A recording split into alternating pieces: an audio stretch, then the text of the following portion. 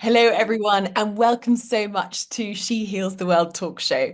My name is Izzy, and I'm delighted that we have the wonderful Laura Warren on with us today. So, Laura is the founder and driving force behind Live Wild New Zealand, a business dedicated to inspiring and reconnecting people to daily habits that promote well-being and exploring their potential through adventure and holistic living. So, this already sounds really exciting. So, Laura, would you be able to tell us more about what you do and how you came to be doing it? Oh, I would love to. Thank you so much for having me on. Sending big love up from Aotearoa, New Zealand. My business is actually based in Queenstown, New Zealand now, but my journey started up in the North Island of New Zealand.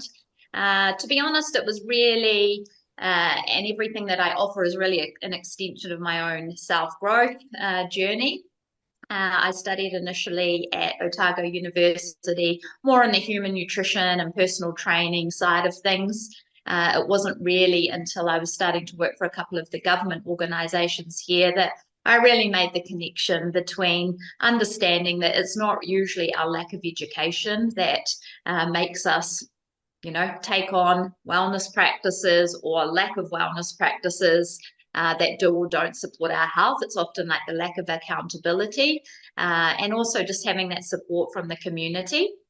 And so a lot of the work that I initially started to do was all around bringing people together into more like group situations. And we would have this initial, one-on-one consultation where we would look at kind of lifestyle changes and nutrition, but then people would ultimately filter into groups that we would work towards challenges. And so the big one for me that really kickstarted my business was working with people over 10 weeks and getting them to the top of Mount Taranaki, which is kind of like a pinnacle point in my home region up in New Plymouth. And I think for people, this was like an amazing way to all of a sudden be taken out of environments that were maybe not so supportive or conducive to them really sticking with health practices long term. They had the ability to connect in with that wealth of knowledge that comes from a group. And also, there's like the bond that challenge can give.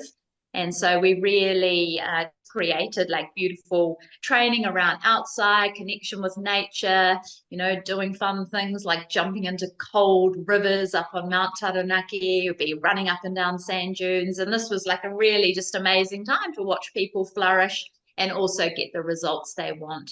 And really, that was the start of what I am ultimately doing now, kind of, 8 years later. I love that because it's not just a health program, it's a real transformation with a really obvious deliverable of climbing a mountain. And I think that just is so inspirational in terms how we can support people and challenge people. It's not just around, okay, let's change your diet for a day. Let's actually bring you together and give you an incredible experience that's probably going to change your life. So that's the coolest thing I've heard in terms of building a program for people together. So Yeah, well, it keeps me supported, like in the process too, you learn so much and it's so much, yeah, it's just such a privilege and fun process to be a part of with people. So it keeps your enthusiasm alive for what you're doing as well. So how does it work now? Are you still doing that sort of group type programs, taking people on adventures? How has it evolved since that sort of first exploration up the mountains with people? Yeah, so from that initial kind of program, I was actually brought into a place called Taranaki Retreat, which is actually a suicide prevention centre, and it's beautiful. We would say mahi. It's like the work that happens there in this place is it's all community funded and supported. But for me to go in there, really bringing, they brought me in initially for that nutrition expertise and, meeting with a crowd of really disassociation was a huge confronting just experience. And I remember going home from that and literally lying on my lounge floor and just crying. And I talked to my husband, and it was just like, oh, like, how do you meet people where they're at? Like, it's great the knowledge that I've accumulated. If a person has hope for life, if they have energy to like engage in the process that self growth and change requires. But I think really in that moment, I didn't understand how to meet those people where they were at. And as sometimes things happen in life, my sister actually sent me, probably within 10 days of that initial experience there, the Wim Hof documentary. And I was really intrigued at what this, human could do from a physicality point of view. It didn't really land at that point in time, the impact that breath really has on the nervous system. But it wasn't. It was a few weeks later again that I actually picked up the book "What Doesn't Kill Us" by Scott Carney. And this was like a book of an investigative journalist who was really looking at charlatans, people who were taking advantage of, humans out there really making claims that weren't at all possible and trying to give people false hope. Anyway, he goes on this journey to Poland to meet Wim Hof to kind of expose him as the charlatan that he was, but in the process becomes converted. And he actually goes on to climb Kilimanjaro with Wim Hof when he sets that world record. And it's a huge life transformation process that he goes through. And so I think for me, after reading that, a little bit more drop into the science behind this method and what it has the ability to do in the body, that I was like, okay, well, wonder what this breath work is all about. It was my first real connection because yes, I did yoga, but I think pranayama is often not given kind of like the stage that it needs to in a yoga class. Most people go to that practice for the asana based poses, and it's more like a workout. So I'd never done pranayama for probably any longer than 2 minutes, and I really never made the connection with that as to what it can affect with the psychology and the physicality of the body. Anyway, I laid on my lounge floor and I did what I thought the breath work was, and I really just had a profound experience. And I am probably really resonate with the method too. There's this fully in or fully out. And so with me being a fully in or fully out person, I was in LA 4 weeks later doing the advanced course, and Wim Hof at that time used to teach all the courses, which was incredible to see and hear his story from him, his word of mouth, and just seeing, I think, the energy and also the intention with what he really wanted people to be able to be supported, be empowered. And I really resonated with that at the time. I came home, I implemented some of the stuff that I was taught through that process at Taranaki Retreat. Incredible results, which led to 5 months later me becoming a certified instructor through the master's course we did up in the Northern Cascade Mountains at that time. And so that was really like probably a life-changing experience for me as well. I was a young mum at the time. My kids would have been around 6 and 4, so it was a really big, I'd been the home base, the rock, me getting on a plane and leaving the country with no little ones in my arms. It was like really like, whoa.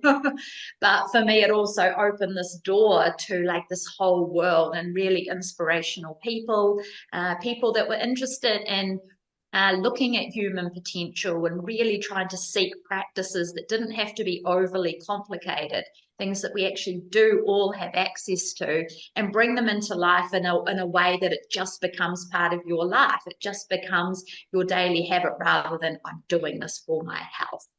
And so that was really, I think, the transformational process for me to go through, which in turn led me to bringing in a lot more of this teaching. And so now with the Live Wild offerings, I'm a clinical nutritionist and holistic health practitioner. So I do work with clients in this one-on-one flow to help them to get to the root cause of health concerns, working with pathology tests. So we do really have that strong scientific base. But I also do visiting practitioner work for Six Senses. I'm a retreat leader down at Aroha Wellness Retreat. And then I also run 4-day immersive experiences and workshops for corporate wellness and different, private groups, people that are really keen on getting the foundations of health right. But we do this alongside adventure and felt experience. So it's not like, here's a nice PowerPoint presentation. It's like, let's get out there, let's climb that mountain, let's get you into like the snow, let's climb into that ice cold lake, let's, hook in and we're going to go check out this waterfall. And when you do this in kind of camaraderie, with people that come in from all sorts of ages, stages of life. It really creates this beautiful upward vortex of energy where people feel seen, people feel accepted, and they all of a sudden realize that, hey, even though my life journey is different to yours, my life experience or belief system may be different, we all connect on. We all want to be loved. We all want to be accepted. We all want to live a life we're proud of. And yeah, beauty really flourishes in that space. That's incredible. So, I mean, Mm. really diverse offerings for your business. So I guess it keeps you excited and interesting and doing so much beautiful work, as you said, like really taking people out of their comfort zone and being able to, yeah, bring a new sense of connection between people through doing that, which yeah, I think more businesses should be working with you to bring that sort of energy to their workforce, because I think that would definitely help transform a lot of people's lives and obviously the corporate world as well. So how do you find your, I guess, personal values and beliefs like weave through all these offerings that you have? How are you able to bring this into your business? Well, I think my business is really founded on my personal beliefs and kind of the morals and values that I really want to see flourish within my family, spill over into the community.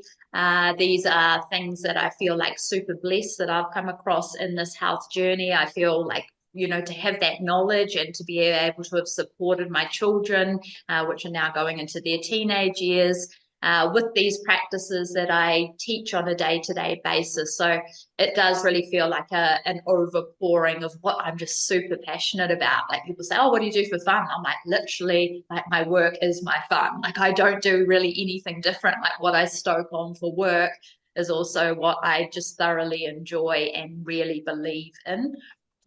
So yeah, the foundation of Live Wild is my kind of self-exploration journey, self-growth, and really founded on that whole, like, let's empower each other. Let's, really create space so we can bring out the best in humanity. So what about the challenge side? Because if you are very much your business, like what sort of challenges do you face when you're sort of doing this on a day-to-day?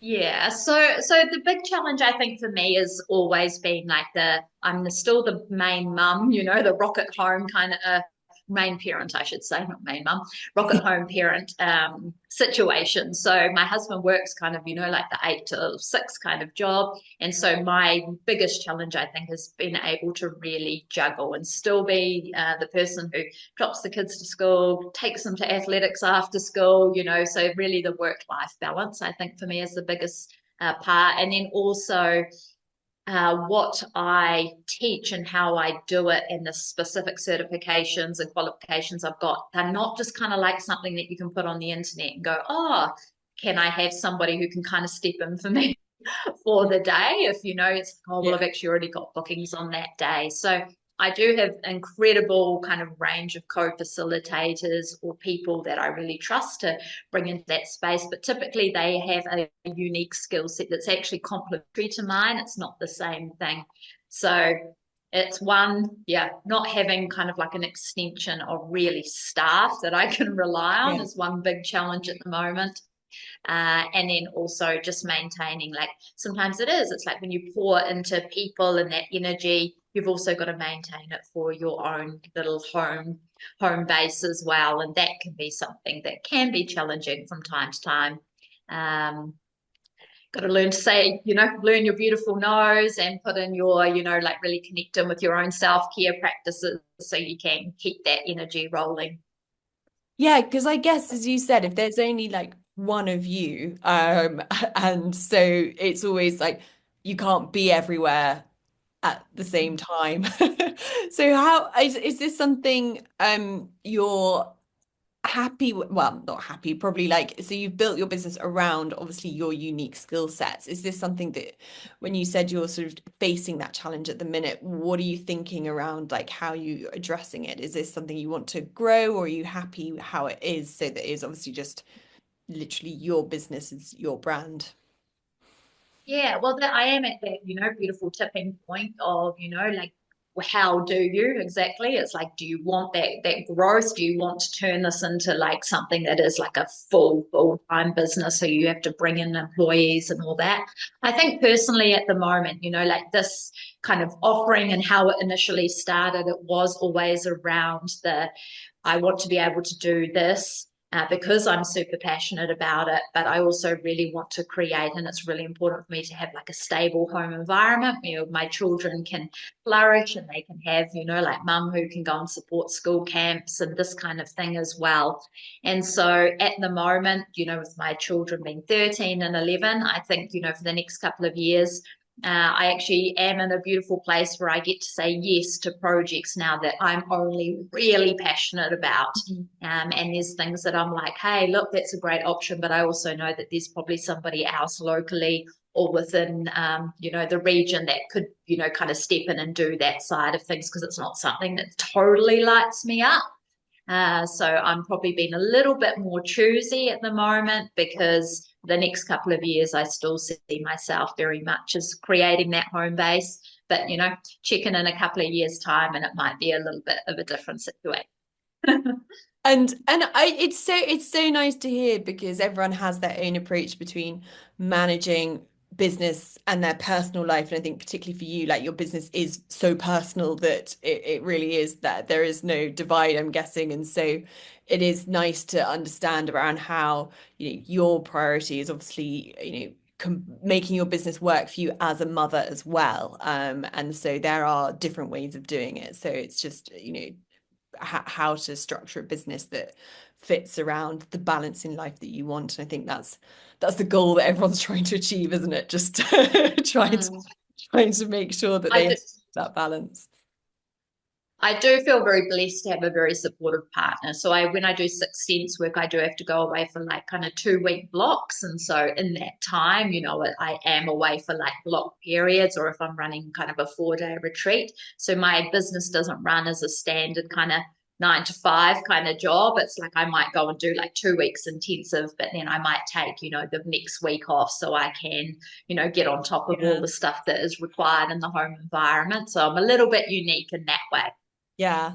And actually I think that's what just plays to like your diverse offerings, as in you were saying, yeah, you'll work at retreat, but sometimes you'll also have one-to-one clients or corporate clients. And it is just sometimes people can build that portfolio of work that they do, which then does enable sort of different flexibility levels for when they need. And yeah, because this is the thing, we're all trying to learn around how to grow a business and help people and do the things that we love. And it's just learning and talk. This is why we're doing this, is to hear different perspectives and how different people run their business. So I think it's really, really helpful to see, okay, actually, yeah, you don't just have to do one thing.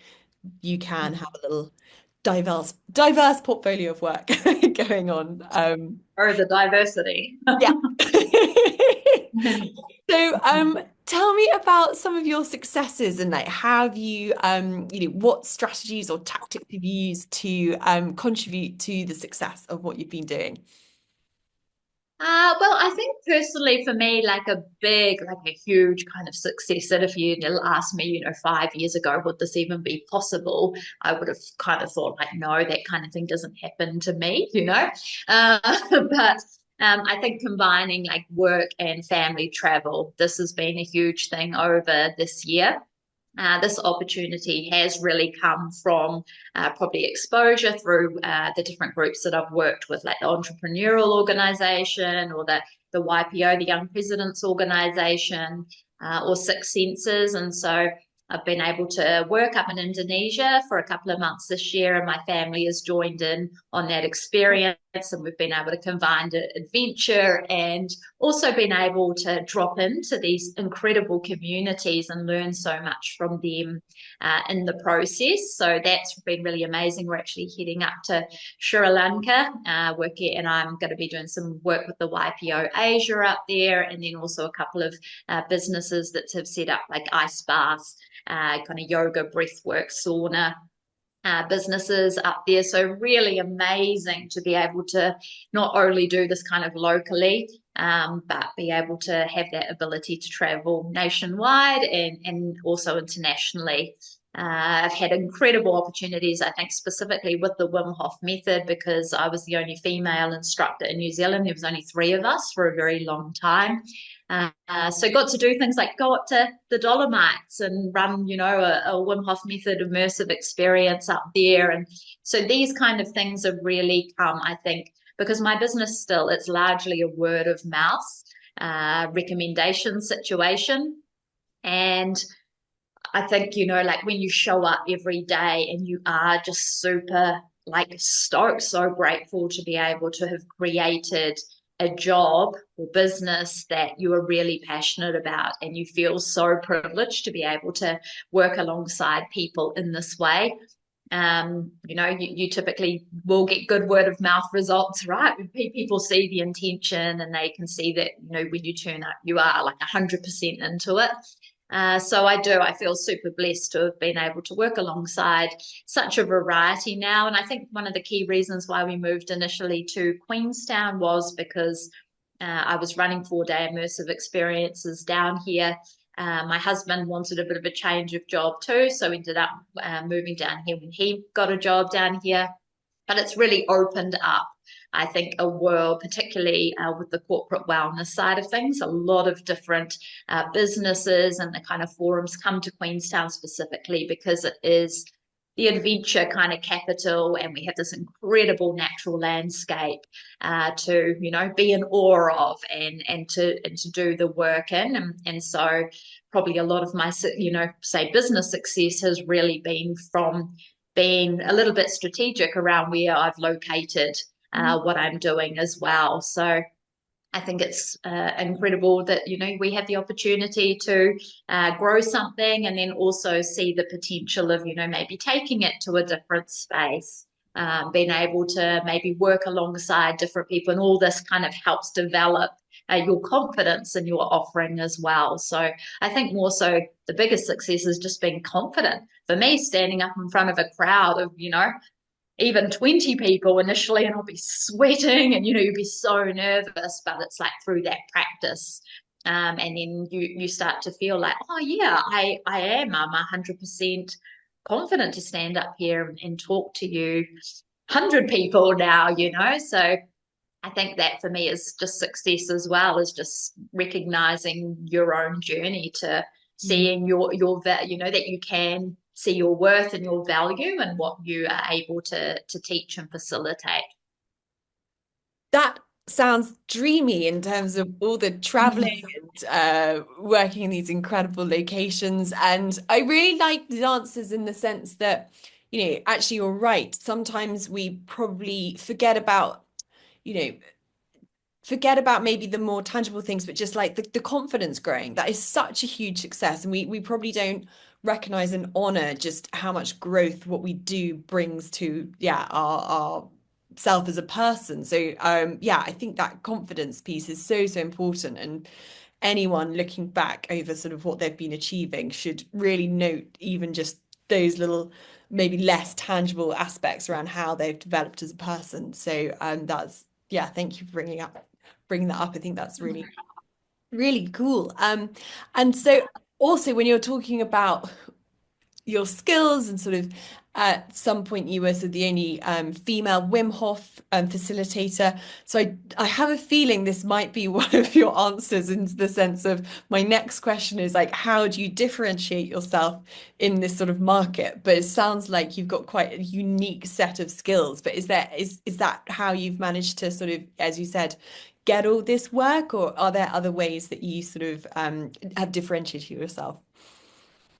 Yeah, I think possibly it's like the wellness adventure kind of integration, I think is really like my niche market, Yeah. right? So a lot of, I think like when people have maybe in the past or what's been talked about when I've worked with other people, it's like people are maybe just solely like in this kind of wellness space. If you bring somebody in to do wellness, it might be, let's do like that PowerPoint presentation, let's talk through and, all the graphs around this amount of people is sick. And so probably for me, I'm not so, yes, I will bring up PowerPoint every now and then, but I think for me, it's really important that people have felt experience. And often with corporate groups and this kind of thing, when people come in, it's like, I am my title. I am this role at work.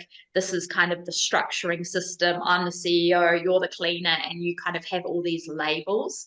But for me, I think to really get people to harmonize and see absolutely, you know, like I am only me and you have to be you for me to be able to be me in my fullness, and to have the support system that you could create just literally by stripping all those titles. Adventure is a wonderful leveler. You know, like, yeah, you may be the boss at work, but when your like co-worker who's maybe far down the train is giving you a hand across the river or helping support you through that cold immersion, there's this beautiful, I think, really opening that can happen. And this brings about team cohesion.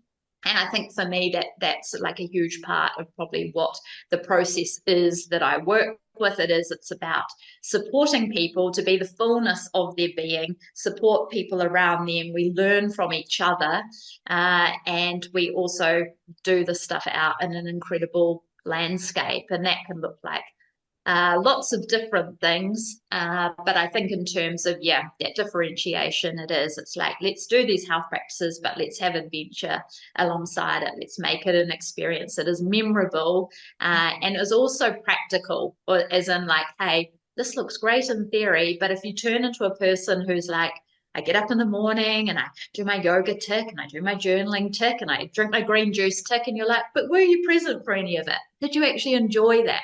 You know, there's lots of different ways to health, happiness, and strength. And what works really well for one people doesn't necessarily work well for the other rest of the people, you know? So it's like, find your thing, find what really lights you up, find your enjoyment in the process. And then when you stick to those things regularly, then you get that, you know, the future you of someone who, you know, you feel confident, you feel energetic, you feel vital.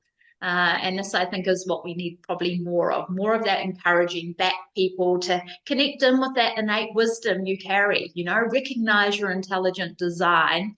You don't have to rely on somebody else's A, B, C, D list because life's all a little bit different for all of us, right? Yeah, 100%. It's such a great niche. Can't tell you how much I'm like, oh, this just sounds so fun. You get to do this job. Right. I'm very jealous. You'll have to come to New Zealand and come and play. No, definitely. I mean, yeah, it's just so far, but I think, it's definitely worth it, just Adults need this though. Adults need like a returning to like that child, like kind of just play and finding flow state, and to get out of the understanding that they always have to be productive and to be successful. You know, even looking at like the hormonal hierarchy, we understand that oxytocin actually governs all the other hormones below it. And so if you know you're constantly trying to get through your to-do lists and all of these things that really are like maybe energy leaks in your day to day, and you're not channeling, you know, that energy into priorities or things that really bring fulfillment, you can be productive, you can be successful. But if that cortisol response is constantly creating inflammation in the body, you've got to come back to the oxytocin. So that's what I think Live Well does well. We give people a good oxytocin and dopamine hit, and everyone feels good. love it. That's why they keep coming back. The big O. Yeah. Oh, well, so I mean, I think it's absolutely, yeah, incredible that what you're doing, and it's so inspiring. And so I was just wondering, what advice would you give to people that are listening to it, maybe trying to find their way in terms of what they're doing as an entrepreneur? Yeah, do you have any wisdom from all you've learned over your journey? Yeah, well, I would say like embody it if you can. So I am a service based you know, business. It's probably going to be a little bit more different if your product, but I think a big one is like you do the work. You've got to keep improving yourself. So it's like, if you want to be successful in every area, you have to do the job of like taking on, you know, read the books, take your relevant courses, you know, like really understand like time management and how can I enjoy the process of getting there, not just always aiming for that destination endpoint. So for me, it's like when I look back, it's like the journey of becoming here. Like, I never knew that this is kind of my end point, and this is not my end point. But if I knew that this was possible 5 years ago, I probably would have blocked myself, in terms of going, oh no, I can't do that. Like, why would people come to my retreats? Why would people hire me to talk to the thing? So it's like, just do it one step at a time. And because you learn so much along the journey around yourself, that enables you to therefore show up and, be able to present with confidence, to be able to, market your product with full belief behind it. I think really, ensuring, no matter what business you're in, if your health and well-being is not great, it's going to be really hard for day-to-day energy to be funneled into those things that you are like passionate about, or with what you're creating. So ensuring that you do actually have like a real priority around a self-care practice, understanding those foundations of health and how they can really support us to be that ultimate person that we become in the future. I think for me, like a huge part of this is, I have followed that. I've done what I've loved. And initially it didn't start off as, I'm going to make a business out of this.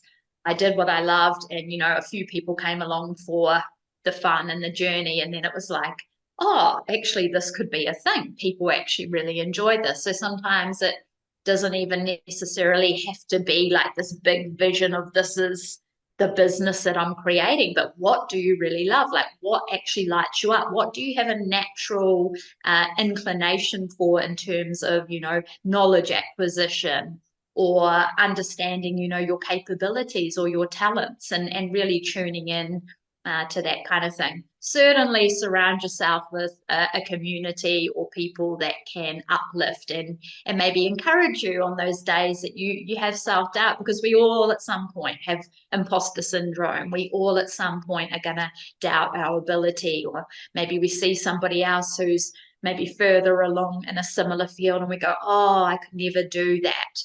So it's actually having people around you that you can say, man, I just feel like I'm struggling in this area, or having, getting that mentor that can kind of say, well, hey, you want to be a better presenter? Go to a Toastmasters course. If you want to be like better at dealing with staff, this is a great course to help, you understand how to manage people effectively. Nobody's got it all together, right? We're all wading through it as we go.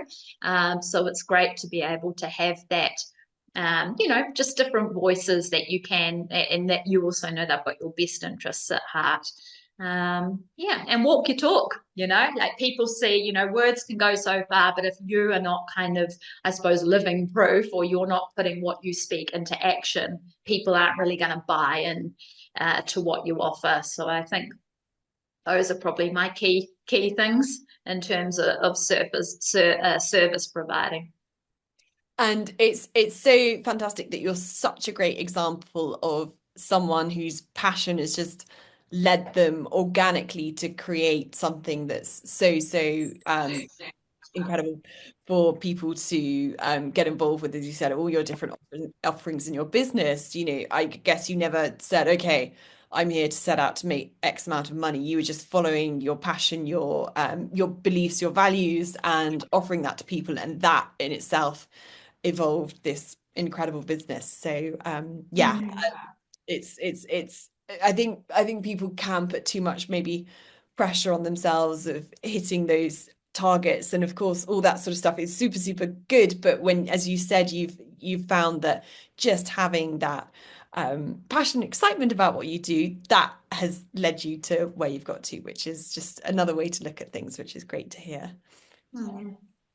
And so Nora, I'm so grateful for you sharing your insights and your experiences with us today. As I said, so inspirational. And I wanted to know, before we wrap up, what does healing the world look like to you?